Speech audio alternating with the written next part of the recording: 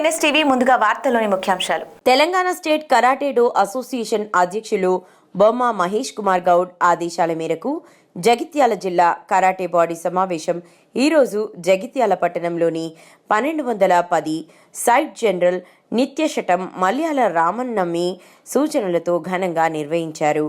ఈ కార్యక్రమంలో జగిత్యాల జిల్లా కరాటే బాడీకి సంబంధించిన పదవులకు నూతన సభ్యులను ఏకగ్రీవంగా ఎన్నుకునే ప్రక్రియ చేపట్టారు. ఈ ప్రక్రియలో కోరుట్లపట్నంకు చెందిన కరాటే బిల్డర్ అబ్దుల్ మోయిజ్ కి వైస్ చైర్మన్ దక్కింది. ఈ ఎన్నికల ప్రక్రియను బల్లి ఇల్లయ్య పర్యవేక్షణలో పారదర్శకంగా నిష్పక్షపాతంగా నిర్వహించారు.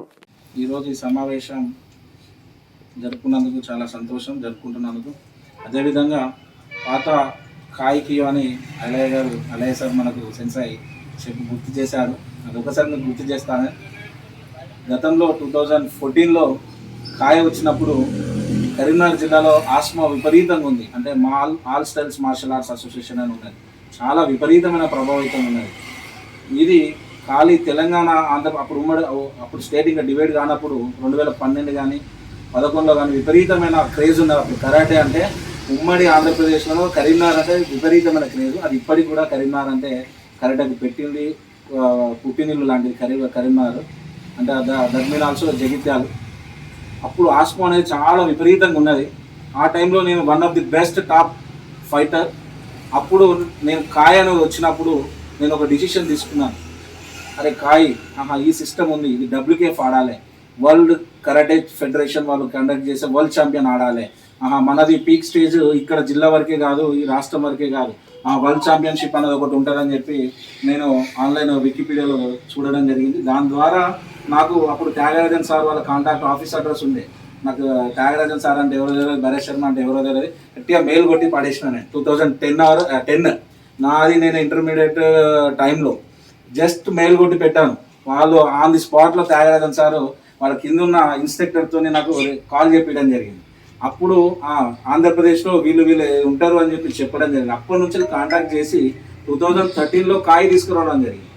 కాయ ఉమ్మడి కరీంనగర్ జిల్లాలో అప్పుడు ఎవరు ప్రభావితం లేదు. నాకు తెలిసిన వాటికి అలయ్య సారు, రామస్వామి సారు, నేనే ఆ ముగ్గురం ఫైల్ పట్టుకొని తిరిగితే నన్ను ఆస్మో నుంచి డిస్క్వాలిఫై చేసి టోర్నమెంట్లోకి వెళ్ళి నన్ను ఆస్మో సంఘాలకి వెళ్ళి తీసేసారు, కరాటే అసోసియేషన్లోకి వెళ్ళి తీసేసారు.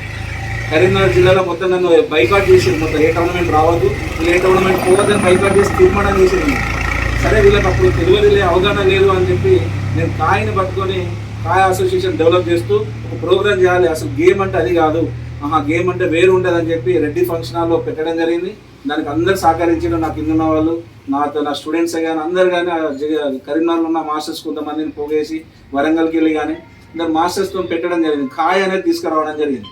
అప్పుడు కాయ అసోసియేషన్ అనేది ఉన్నది, కానీ కొన్ని అనివార్య కారణాల వల్ల దేశవ్యాప్తంగా రెండు ముక్కలు అయిపోయింది. కాయ అనేది 2 విభజన అయిపోయింది. ఆ విభజన అయిపోయిన తర్వాత హైకోర్టులో కేసు వేశారు. ఒకళ్ళేమో ముంబైలో ముంబై హైకోర్టులో కేసారు, ఇంకోలో ఢిల్లీ హైకోర్టులో కేసు. దాని తర్వాత ఈ పిల్లలు నష్టపోతున్నారు, పిల్లలకు యూస్ కావాలి. అరే బాక్సింగ్ వచ్చేసి సర్టిఫికేట్ రిజర్వేషన్ కోటాలో ఉంది, కరాటే ఎందుకు లేదు? అరే మొన్న వచ్చిన టైకోండో రిజర్వేషన్ కోటాలో ఉంది, ఇది ఎందుకు లేదు అని చెప్పి దాదాపుగా బాగా మన భరత్ శర్మ గారు ఆలోచించి ఎందరు ఏమన్నా కానీ పర్లేదు, టైల్ అమ్ముకుంటున్నాడు, వీడు సపరేట్ ఆర్గనైజేషన్ పెట్టిదో దుకాణం పెట్టిందని చెప్పి ఎన్ని కామెంట్లు వచ్చినా కానీ కూడా అవన్నీ లెక్క చేయకుండా కియో ఆర్గనైజేషన్ తీసుకురావడం జరిగింది. తీసుకొచ్చినప్పుడు చాలా ఎగతాళి చేయడం జరిగింది. అప్పుడు వచ్చేసి ఇక్కడ కాయ తీసుకొచ్చిన తర్వాత 4-5 ఇయర్స్కి ఆస్మో మొత్తం అయిపోయి అందరు కాయలకు ఎంటర్ అయ్యాయి. కాయలకు ఎంటర్ అయిన తర్వాత కొన్ని అనివార్య కారణాల వల్ల నన్నే దూరం పెట్టాల్సిన పరిస్థితి వచ్చింది. సరే నేను అగ్రి అయినా, ఎందుకంటే పిల్లలకు న్యాయం జరుగుతుంది. ఇప్పటికైనా కానీ ఆ ఆస్మా వదిలేసి కాయలకు వచ్చారు అంటే ఇప్పటికైనా తెలిసి వచ్చింది అందరికి కరీంనగర్ జిల్లాలో సర్టిఫికేట్ వాల్యుయేషన్ పిల్లలకు లబ్ధి జరుగుతుంది అని చెప్పి నేను పదవులు కూడా నాకు వద్దని చెప్పిన ఖాళీ మెంబర్షిప్ కూడా అడిగినాను. మా పిల్లలకు మెంబర్షిప్ ఇచ్చారు, చాలా సంతోషం అనుకున్నాను నేను. అంతే అప్పుడు కాయ ఆర్గనైజేషన్ నడిపించే టైంలో 2 వర్కలు అయిపోయిన తర్వాత ఈ విధంగా కియో తీసుకొచ్చింది. కియోలో కూడా ఇప్పుడు ఒక క్వశ్చన్ మార్క్ అయిపోయింది అందరికి. అరే కియో అయిందా, ఒలింపిక్ అసోసియేషన్ అయిందా, అసలు వాళ్ళు మెంబర్షిప్ ఇవ్వాలి, వీళ్ళు ఇవ్వాలి అని చెప్పి మాట్లాడుతున్నారు. కియో అనేది అంతర్జాతీయ స్థాయిలో ఇంటర్నేషనల్ WKF వాళ్ళు అప్రూవల్ లెటర్ ఇచ్చేసారు ఆల్రెడీ. ఇండియా నుంచి ఇంటర్నేషనల్ టీం పోవాలంటే యాజ్ ఎ లీగల్గా టీం పోవాలంటే ఓన్లీ కాయ్ టీం మాత్రమే వెళ్తుంది.